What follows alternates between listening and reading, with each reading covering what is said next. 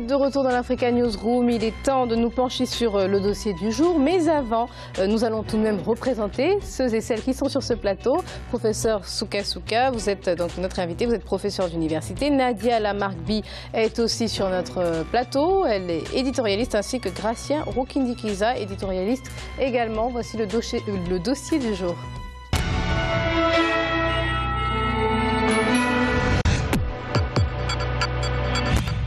Le transport fluvial dans le bassin du Congo revêt une importance capitale dans l'activité économique du Congo. Par exemple, l'essentiel des échanges commerciaux avec sa voisine homonyme des Congos se fait par voie fluviale, mais les deux pays doivent relever un défi majeur, le balisage du fleuve qui permettrait d'éviter des accidents, de densifier le trafic fluvial et d'augmenter les voies de navigation par le biais de la régie des voies fluviales. Reportage de Franck Noudofina, envoyé spécial au Congo, commenté par Amira Benjabala.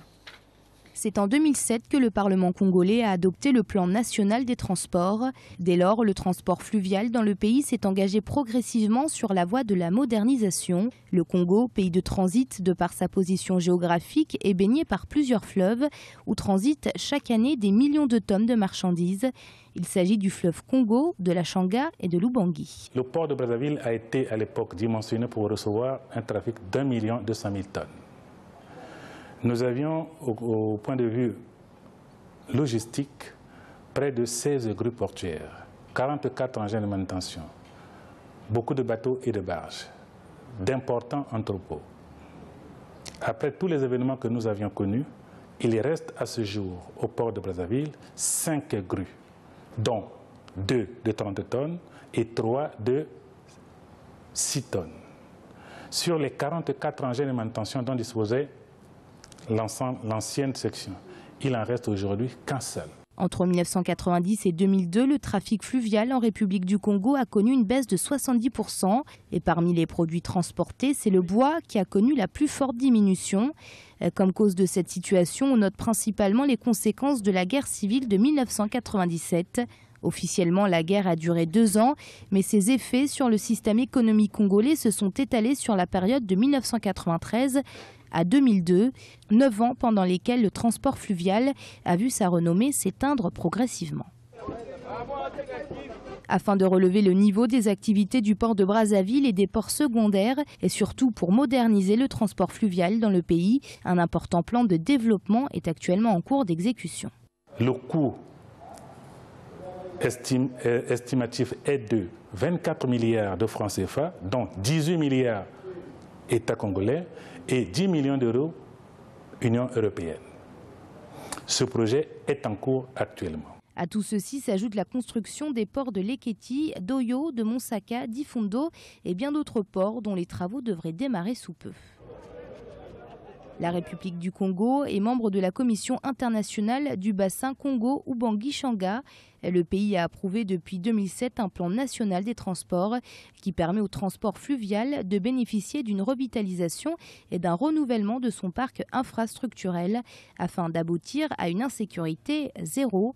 La modernisation du parc infrastructurel fluvial, mais aussi l'entretien des voies navigables sont alors devenus des priorités. Les cours d'eau eux-mêmes, en ce moment-ci, présentent des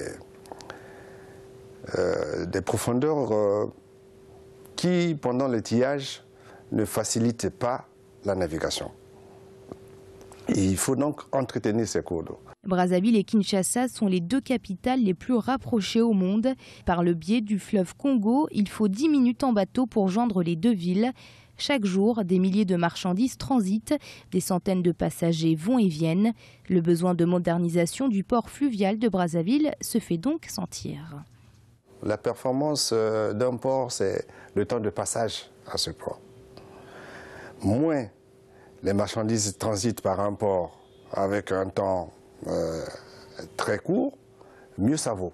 L'autre aspect important intervenant dans le transport fluvial et qui a bénéficié d'une attention particulière auprès des autorités congolaises est la sécurité. Du côté de Brazzaville ou de Kinshasa, le souvenir des nombreux naufrages connus au cours des 10 dernières années reste toujours présent dans les esprits. L'accident le plus récent a eu lieu le 20 juin dernier avec 16 personnes portées disparues sur une embarcation en direction de la ville Mbandaka en République démocratique du Congo. Comme cause de ces différents accidents, on pointe du doigt la vétusté du matériel de transport et parfois la surcharge des embarcations.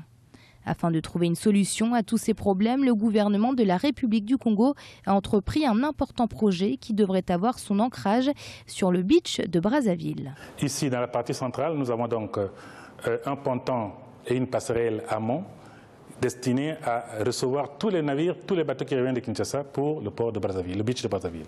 Et de l'autre côté, c'est l'inverse, c'est tous les bateaux qui partent de Brazzaville pour Kinshasa. Ce plan est conçu de telle sorte qu'un client qui se pointe au guichet paye, règle toutes ses formalités en un seul endroit et est conduit dans une salle d'attente. Après la salle d'attente, il prend directement son embarcation.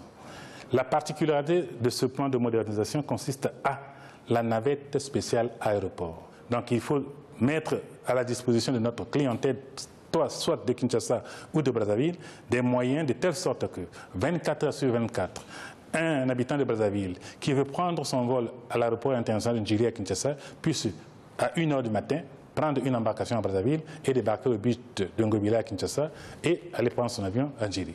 De même, un autre usager de Kinshasa qui voudrait prendre son vol à Brazzaville à 22 h, il peut partir de Kinshasa à 19 h, il prend son bateau au beach, accoste au beach de Brazzaville, il est conduit à l'aéroport, il prend son vol et c'est terminé. La modernisation du port de Brazzaville passera par la construction de quais, la création de nouveaux parcs de transit et de stockage, des conteneurs et l'équipement du port en matériaux de manutention moderne. Dans son objectif de ramener le Congo à sa place de pays de transit, le gouvernement attend aujourd'hui s'investir pour la réussite des réformes en cours sur la chaîne des transports. Il y a la navigabilité, mais il y a aussi mettre à la disposition des armateurs des outils de travail fiables. Le premier outil pour eux, c'est le chantier naval. Mais nous avons aussi à mettre le long des cours d'eau un réseau de communication et de localisation des unités flottantes. Par son débit, le fleuve Congo est le deuxième plus grand fleuve du monde après l'Amazone. Il dessert directement ses voisins que sont la République démocratique du Congo, le Cameroun et la République centrafricaine. D'ici 2015, le port de Brazzaville ainsi que tous les ports secondaires devraient connaître une modernisation qui en fera l'un des fleurons de l'économie congolaise. Alors de prime abord, professeur Soukasuka, comment jugez-vous toutes ces nouvelles politiques en matière de transport fluvial au Congo ? Moi, je dirais tout d'abord, il faut savoir que le fleuve Congo est la colonne vertébrale de toute la région, de toute cette région de l'Afrique centrale. Il faut savoir aussi que nous ignorons l'importance de ce vecteur, mais pas les Occidentaux. La conférence de Berlin, en 1885, ce n'était pas pour partager l'Afrique, c'était pour régler la circulation sur le fleuve Congo. Et comme ça, ils ont dépecé le royaume Congo. Mais au départ, c'était pour le fleuve Congo. À tel point qu'ils ont pris la réglementation du Rhin qu'ils ont accolée au fleuve Congo. Ça ne se sait pas. Pourquoi est-ce qu'ils ont fait ça? Parce qu'ils ont compris l'importance. Vous avez le sentiment que les pays concernés, enfin les pays qui entourent le fleuve Congo, ne sont pas conscients de ça et donc toutes ces réformes qui sont en train d'être mises en place là, regardez, ne servent à rien. La guerre a bon dos. Avant la guerre, vous voyez, les infrastructures ou bien l'utilisation du fleuve n'était pas terrible. On l'utilisait vraiment pas à plein parce que il faut savoir que quand les Occidentaux sont occupés de sortir leurs produits, parce que c'est ça qu'il s'agit, ils ont fait des chemins de fer. Parce que les chemins de fer leur permettaient de sortir donc, ces produits lourds. Et il n'y a que le fleuve pour déplacer des produits lourds. Oui, mais tout de même, vous dites que ils n'étaient pas utilisés, le fleuve n'était pas utilisé, mais lorsqu'on voit qu'entre 1990 et 2002, 70% du trafic a baissé à cause de la guerre, c'est que tout de même... C'est vrai que les infrastructures qui existaient, qui n'étaient pas, je vous dis, beaucoup étaient désuètes, dépassées. Ces infrastructures ont été cassées hein, littéralement par les effets de la guerre. C'est ainsi qu'on voit, il y avait un chantier de construction navale à Brazzaville. Eh bien, je ne pense pas qu'aujourd'hui on puisse l'utiliser. Il est question, hein, il y a des programmes européens qui veulent réhabiliter ces fabrications de bateaux sur place, mais on aurait dû commencer par ces problèmes, notamment quand on voit l'importance de la nature, hein, du fleuve lui-même. Vous avez les bancs de sable qui obstruent les voies, les parties navigables. C'est un gros problème. Alors ça ralentit déjà, c'est même pas les effets de la guerre. Dès lors que vous n'entretenez pas, ça y est, vous perdez. Aussi. Alors vous, Gratien, comment vous êtes d'accord avec le professeur Soukasuka? Il effectivement, les points qu'il a soulevés vous paraissent logiques et bien établis? Oui, je pense que l'entretien du fleuve ou le moyen de transport a été négligé, notamment au niveau de l'entretien, aussi de... Mais le côté négligence, oui. Oui, mais il y a aussi le côté où le professeur nous dit qu'effectivement, les autorités, les pays n'ont pas conscience de l'importance que revêt ce bassin du Congo. Oui, j'ai l'impression, parce que le fleuve, on peut faire le commerce avec plusieurs pays, République centrafricaine, le Cameroun et le Congo en face, le RDC Congo, mais on a l'impression vraiment que ça a été... Les pouvoirs en soi n'ont pas mis l'importance ou n'ont pas compris l'importance de cela, d'autant plus qu'il y a le transport entre que ce soit les deux Congos se fait presque d'une façon, c'est formel, ça se voit, mais c'est vraiment presque à l'abandon, les formalités ou même tout ce qui est transporté, il n'y a pas une certaine valeur. On voit bien, par exemple, facilement on transporte des choses du Congo, de RDC Congo vers Congo-Brazza, mais très peu de choses en retour. Ce qui fait que le Congo-RDC ne sera pas intéressé, par exemple, pour faire entretenir la voie, d'autant plus qu'il n'y a pas beaucoup de flux pour revenir. Mais l'autre Congo-Brazza a aussi, ça peut être aussi lié à... Même les chemins de fer ne sont pas aussi bien entretenus au Congo-Brazza, ce qui fait que ça pourrait être pratiquement tous les moyens de transport qui sont négligé à part le... Et Nadia, alors, d'ici 2015, nous dit-on, le port de Brazzaville ainsi que tous les ports secondaires devraient connaître une modernisation qui en fera l'un des fleurons de l'économie congolaise. C'est un an et quelques mois. Est-ce que cela vous paraît possible? Est-ce que le délai ne vous paraît pas un peu court? On va espérer, comme d'habitude, c'est comme souvent lorsqu'il s'agit d'Afrique, on va espérer que les choses se fassent en temps et en heure, même si la réalité, bon, on sait bien, bon, ça dépend qui le fait. Si c'est des Chinois, peut-être que, soyons clairs, hein, peut-être qu'il y a de bonnes chances que ça se réalise plus vite, parce qu'ils n'ont pas les mêmes calendriers, on va dire, et pas le même rythme de travail. Mais surtout, ce que cela sous-entend, c'est qu'il y a eu une prise de conscience, tout de même, de l'importance, on y revient, de l'importance justement mais en fait, de ces ports, du respect et surtout du balisage, par exemple. Mais on en est toujours à la même question. On transporte quoi vers où? Ce que je veux dire, s'il y a eu aussi des blocages à certains moments, c'est parce que le vers où était bloqué. C'est-à-dire qu'on ne pouvait plus, lorsqu'un pays est en guerre, c'est tout le tissu économique qui en pâtit. Ce n'est pas seulement son entrée du port, ou ce n'est pas seulement la partie riveraine, c'est tout le pays qui en pâtit. Donc là, pour le coup, les transports aussi en pâtissent, parce qu'il y a moins de matériel à transporter, il y a moins de choses à transporter, puisque justement l'économie fonctionne mal. À partir du moment où on commence à stabiliser politiquement et économiquement le pays, il sera plus simple d'utiliser cette partie-là, sachant que ce qui pose problème dans les transports fluviaux, c'est qu'on est en fait à la merci de beaucoup d'agressions. On est à la merci du piratage, justement, la piraterie. Il y a une police portuaire qui est prévue. Mais justement, parce que la piraterie, c'est le mal principal du transport fluvial ou maritime.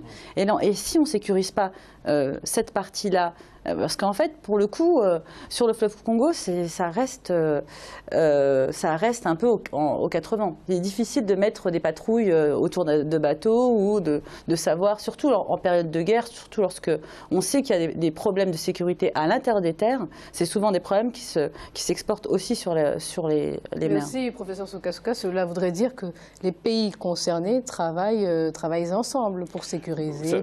Vous avez vu, hein, au Congo-Brazzaville, en tout cas, ça bouge. Hein, on a commencé à prendre conscience. Mais que de temps perdu. Il faut savoir aussi que le fleuve Congo, ce n'est pas que le transport, c'est aussi l'électricité.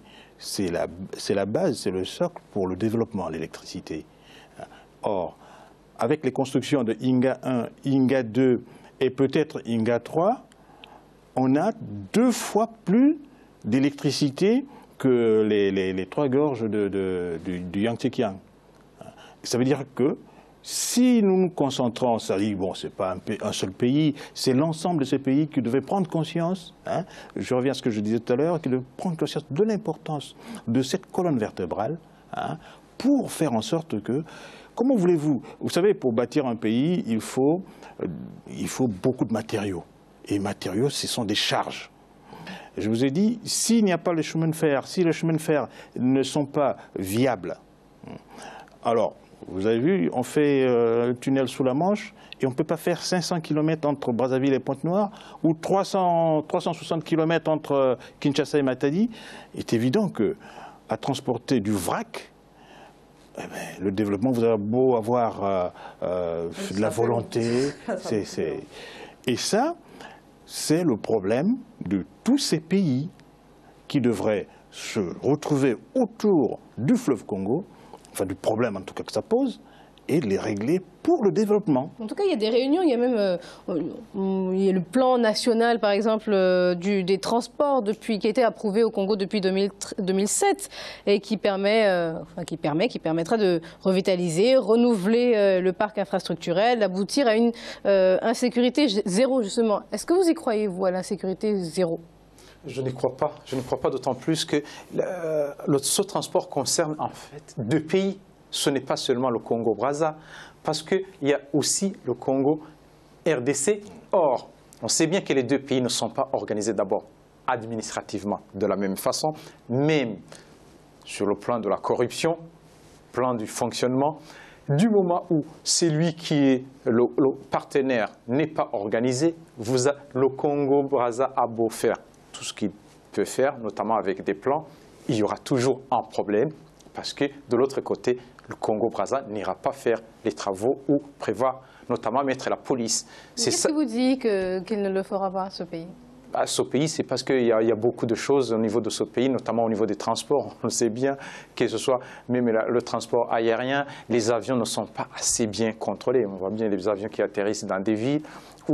Et aussi, on le voit même dans ce transport, il y a beaucoup de problèmes qui se passent au niveau de la corruption pour traverser. Est-ce que les gens ont payé? Est-ce que finalement, même si les 2 compagnies appartiennent aux 2 pays, mais en réalité, il y a quelque chose qui coche, d'autant plus que ces pays n'ont pas la même organisation, n'ont pas la même lutte contre la corruption. Vous êtes d'accord, Nadia? Parce que le Congo est membre, par exemple, de la Commission internationale du bassin Congo-Ubangi-Sanga. Est-ce que vous en connaissez l'utilité? Est-ce que cela vous semble utile? Très bien si en effet il y a ce type de partenariats sous-régionaux qui peuvent toujours aider en tout cas à la réflexion, si ce n'est à faire avancer la machine, au moins si une fois de temps en temps ils se réunissent et discutent du problème, ça peut à terme aboutir à quelque chose. Mais n'oublions pas que c'est quand même des pays qui ont connu eux-mêmes des tensions internes très très fortes. On leur demande de protéger un fleuve alors que leur population à l'intérieur n'est même pas protégée. C'est un peu compliqué, c'est difficile de protéger du matériel lorsque l'humain déjà est en tension et en souci. Donc, à mon sens, il sera certainement possible d'améliorer les choses si déjà on arrive à maintenir la sécurité à l'intérieur des terres. Et vous, professeur Soukasouka, alors cette commission-là du bassin du... C'est déjà un bon point de départ. Mais moi, ce que je demande donc aux gouvernants de tous ces pays, c'est de prendre le problème dans le sens véritablement économique. Parce que, vous savez, ces populations, l'informel prospère parce qu'il y a le vide de l'État. parce que l'État ne réglemente pas, parce que l'État ne réorganise pas au départ, ou bien parce que l'État ne construit pas, parce que vous savez, là-bas, il n'y a pas de société privée pour faire des très grands travaux. Donc, il n'y a que les États pour le faire. Or, vous voyez là-bas, c'est le domaine de la débrouille. Ils ont ce qu'ils appellent des embarcations qui s'appellent des baleinières. Si vous voyez comment ils sont chargés, eh bien, ces gens se débrouillent, comme on dit exactement. Hein. Ils vendent, ils achètent, ils commercent dans la difficulté. Ça veut dire qu'il y a de la matière. Il y a de la matière. Il n'y a qu'à s'organiser, à réglementer et surtout à mettre en place les infrastructures. Et je peux vous assurer que ça donnerait du travail à beaucoup de populations, hein, qui n'auraient plus besoin d'attendre, de souffrir et d'attendre les fins de mois difficiles, mais ils auraient à travailler. Or, cette organisation est un bon point de départ dans la mesure où, bon, voilà, ces États concernés se rencontrent. Mais est-ce que depuis 2002, vous avez tout de même noté des améliorations dans ce domaine? Il y a forcément des améliorations parce qu'on vient de très bas. La guerre de 1997 à 2000 a vraiment détruit, en tout cas le Congo-Brazzaville. Or, on voit des infrastructures qui redémarrent, l'activité qui redémarre. Et ça, bon, il faut regretter le temps perdu, hein, mais c'est une très bonne chose. C'est une très bonne chose. Mais il faut faire plus. C'est-à-dire il faut impliquer tous les autres pays, il faut chercher les financements qui vont bien et surtout les mettre à bon escient et bien gérer, comme vous avez dit. Hein. C'est aussi ça. Vous avez des projets qui sont lancés mais qui n'aboutissent jamais, qui sont des éléphants blancs parce que la gestion est mauvaise. Il y a le plan de développement qui est actuellement en cours, par exemple. Il marche très bien.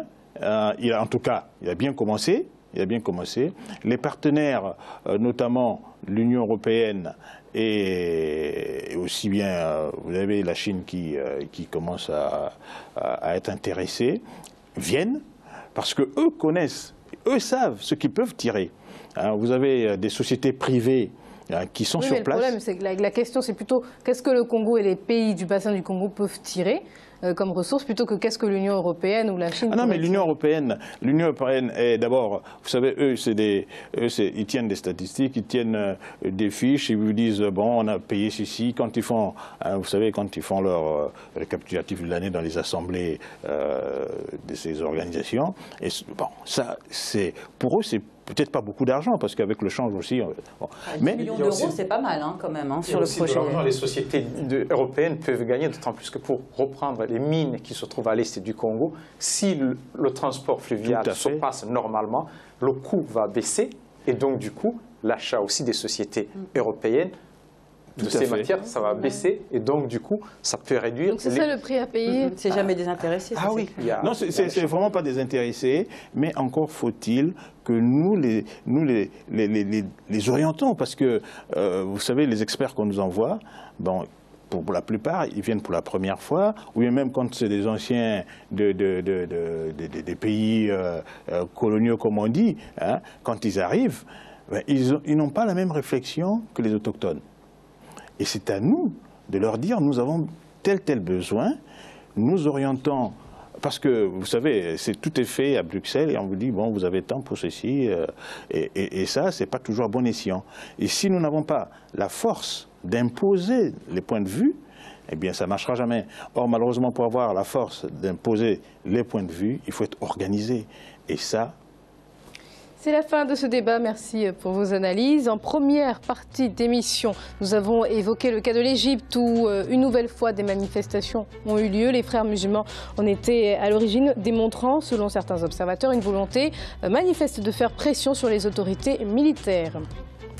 Une délégation du Conseil de sécurité de l'ONU ayant pour mission d'évaluer l'application de l'accord cadre pour la paix et la sécurité, signé le 24 février à Addis Abeba, était en mission en République démocratique du Congo. Et la population a réagi de façon mitigée à cette visite de 3 jours. À suivre 2 sujets de débat, le Salon maritime de Dakar, une plateforme d'échange, et la signature d'un accord de coopération entre Djibouti et le Mexique. A tout de suite.